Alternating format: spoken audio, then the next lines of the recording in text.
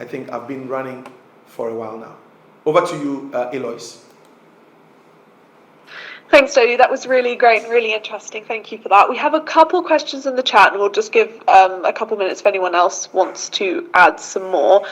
So Gladys asked, is a company operating under the Free Zones Enclave also eligible to apply for the AfCFTA?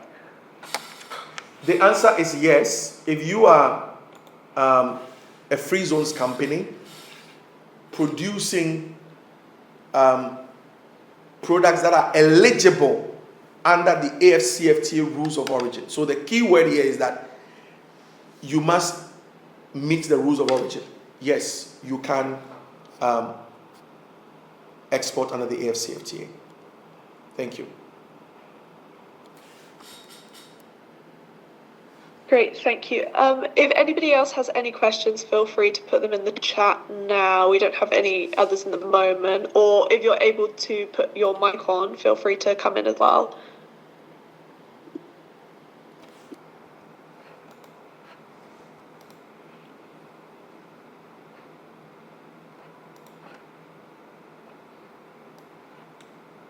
Hannah? Hi, yeah, thanks from me as well. It was so thorough. I noticed one of the questions about sort of the requirements in the receiving country, and you went and you explained all of that. And then sort of later on, you talked about FDA registration, for example, in kind of both sort of relevant authorities. Is there a plan for the AfCFTA to also move into sort of more mutual recognition of standards type thing, where in an ideal world, basically, once you've got your certificate of, you know, this product is safe, etc., in one country, you don't have to go through the process again in the receiving country? And I assume that doesn't exist already, but do correct me if I'm wrong. Thanks. Great. Thank you, Anna. I think that is something that has been discussed and is actually in progress in terms of creating mutual recognition agreements. Last week, I heard of something like that between Namibia, Malawi, and Mozambique in the works, almost close to conclusion. So it's something that regional bodies like the Africa Regional Standards Organization, also working with the AfCFTA Secretariat, are working on in terms of SPS, that is sanitary and phytosanitary measures, and TBT, working on mutual recognition agreements. Except that we don't have one immediately as we speak today. But it's something that, adding to your voice, I would really recommend for countries to consider. I think in some respects, there seems to be also some in the West. I think Ghana, FDA, and Rwanda are working on something like that in the context of vaccines and pharmaceuticals.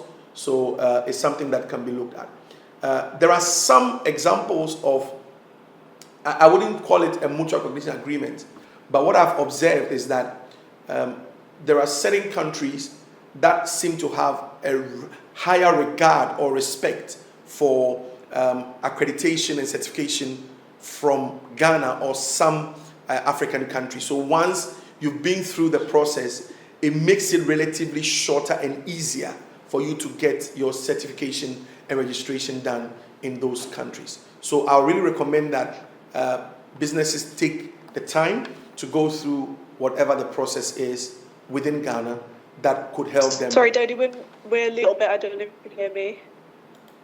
Sorry, did you lose me? Just a little bit at the end, is maybe the last couple sentences. Yeah, so I said that. Yeah, when you talk about having a higher regard for. Yes, so I mentioned that I've observed and learned about countries having high regard for, certifications and registrations from Ghana, and therefore I want to encourage businesses to take their time to go through registrations.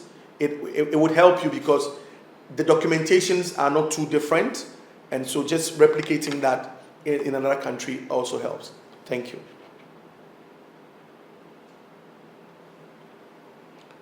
Over, Eloise. Thank you, Dodie. That's great. John, you have your hand up. You should be able to use your mic now. Yes, thank you very much indeed, and really interesting presentations. Thank you, very, very helpful. Just really one question and one observation, if I may. The question is, in the work of the Origin Committee, do they have to authorise every single consignment? If I'm exporting a product to several countries or several clients in one country, but the product has been certified under the agreement, do they really have to certify every single consignment? Because that would seem to be an NTB in itself, I guess. So that's my question. Is it transactional, or is it like the EUX registered exporter system, where the product is registered and then they just put the registration number on every invoice for that particular commodity? That's my question. And just an observation, if I may, Dodi. I think it was you showed the various stages of exporting under the agreement. I would say really, I think there's a stage between stage 2 and 3, and that, of course, is the export credit control, which the exporter must do for every customer against the commercial risk in every country, because the country risk is going to be different. So the export credit control aspect, and also, of course, the contracting. Hopefully using ICC model contracts.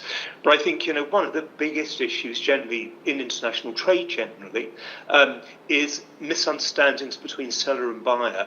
And that can be really mitigated by having the right type of contract, the right commercial term, the right Incoterm, the right method and term of payment, and so on and so on. So, again, thanks very much. Really interesting presentation. Thank you, John, and it's good to hear from you, John.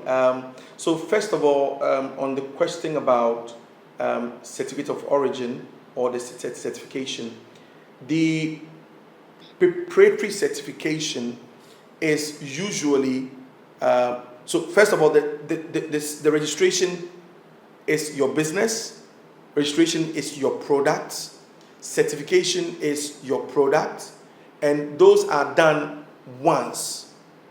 Okay, so let's say I have biscuits and I have cookies, right? So biscuits, I'm assuming, is different from cookies. So my biscuits were registered differently from my cookies, and those two products are different. So that is the first one. The second one is so once you've done your registration, your certificate of origin must be obtained per consignment. Certificate of origin must be, and permits must be obtained per consignment. Now, the permits are not, from my understanding of the regulatory bodies, would not be issued. So for example, let's say I have a PPRSD registration that my mangoes are exportable under the AfCFTA. That particular permit would be given at the point of export, and so it is per consignment. I wouldn't call it an NTB, especially for highly perishable, highly contaminable agricultural produce, which quarantine authorities must certify that they are good for consumption. So that is a different thing. But for products which have received pre-approval, every time you're exporting, you just have to upload your approval letter in the customs management system, and you should be good to go with that. Thank you. Thank you very much. Very helpful. Thanks. Yeah. I see a question about ginger. It's not clear what the challenge is. I don't know if the person can elaborate a bit. Okay, so I have a question. This is Jeffrey from FanMail. Hello, Jeffrey. Yeah, so I want to find out, we also do export already on our finished products to the Francophone countries, Togo, Benin, Cote d'Ivoire. But on our certificate of origin that we apply to Ghana Chamber of Commerce, on top of it, we have the ECOWAS / UEMOA. And per your presentation, we are looking at AfCFTA here. So I just want to get clarification. Are we to get back to Ghana Chamber of Commerce that we are signing on to the AfCFTA, so that our certificate of origin will be different from what we already have, or what we already have still passes for what we are already doing. I just want to get that clarification. Thank you. Thank you, Jeffrey. Thank you, Jeffrey. So the answer is you cannot use the ECOWAS certificate of origin to trade under the AfCFTA. You would need a separate certificate of origin issued by Ghana Chamber of Commerce, Ministry of Trade, and Ghana Customs Authority on the approved AfCFTA certificate of origin to be able to export under the AfCFTA. So you have to go back and get that certificate. And the key thing here is that you must do the product registration first. The kind of intermediate products you intend to export under the AfCFTA must first qualify as AfCFTA products before then you can get a certificate of origin to export under the AfCFTA. I hope that clarifies it. Thank you very much. Thank you, Dodi. Thank you. Thank you. And Damien, Yes, I think you were next. If you can turn your mic on. Yes, thank you very much for the awesome presentation. I work with Didra Limited Company. We do shipment of cocoa, cashew, and rubber. Currently, we want to add shipment of fresh ginger, but we've been trying to seek for off-takers, but we are not getting. I don't know how you can help us get off-takers. Thank you. Okay, thank you. So that is a business, something that as a business person you may have to consider doing some kind of market research. That is one. And two, also maybe consider doing some kind of market expeditions. That is to identify potential buyers and engage with them. I know as we speak, there are some e-market platforms that you can participate in to do some B2B engagements. I also recommend to you to register, if you've not done that already, with the Ghana Export Promotion Authority. One of the benefits of being a Ghana Export Promotion Authority registered business is that you get to advertise on their e-market hub free. Of course, it's a complement to your registration. So please take advantage of that, where you can project some of your products and get access to buyers, or you get to meet buyers. That is what I will recommend.